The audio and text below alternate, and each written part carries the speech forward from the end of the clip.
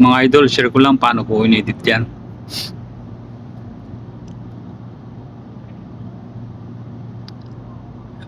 Punta tayo sa CapCut. Hanapin lang yung ni-record yung video. Ayun. Tapos, i-add lang siya natin. Dapat mga idol, yung camera nasa harap ng pintuan. Tapos, record muna kayo ng empty background mga ilang segundo.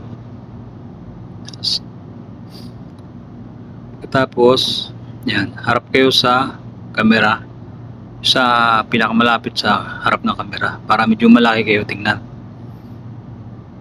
Yan, tapos takbo kayo palabas kunyari, sabay babalik.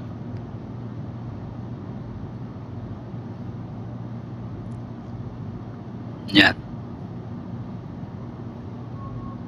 Tapos, burahin lang natin sa dulo yung CapCut na logo.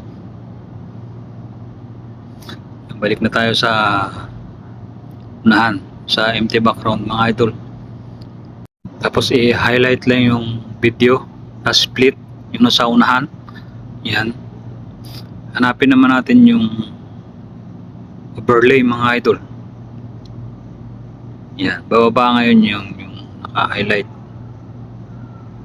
Yan. Tingnan natin sa harap yan. Pantay siya, nakapantay. Yan. Ngayon yung punta lang tayo sa dulo, pinakadulo. Yan. Tapos hanapin natin yung mask mga idol.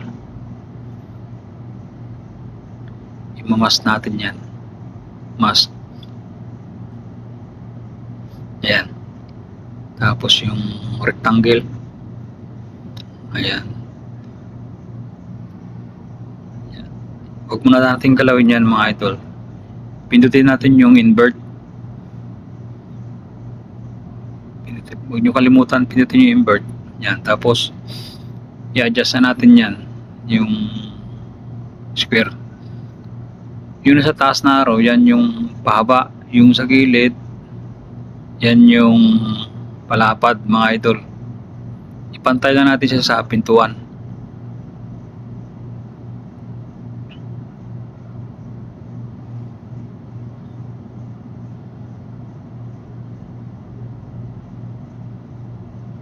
Yan. Tapos i-check. Huwag nyo kalimutan i-check mga idol pag pantay na sa pintuan.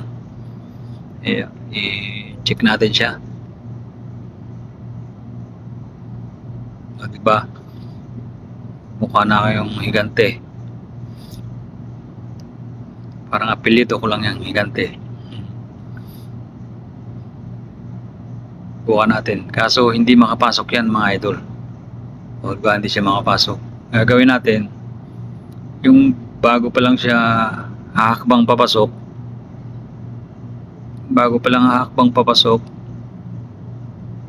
i-split natin yan, yung video sa baba mga idol, yung naka-highlight na video sa baba, hayaan nyo lang naka-highlight yan. Yan. Tapos pag hindi lumabas yung split, pindutin nyo lang yung sa baba, tapos pindutin ulit, yan, lalabas niya yung split. Split natin ngayon, yung nasa harap, yan yung i-delete natin. I-delete. Check natin ulit mga idol. Papasok na ngayon yan mga idol.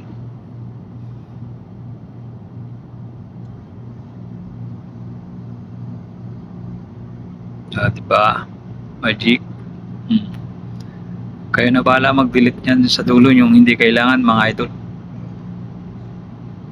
Yan, split nyo lang, tapos yung sa harap, ayun sa dulo pala, sa dulo, yan, delete natin yan, hindi na kailangan.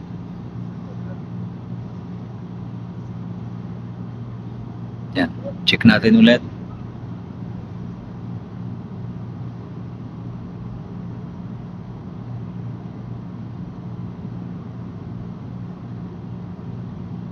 Diba, nakapasok na siya.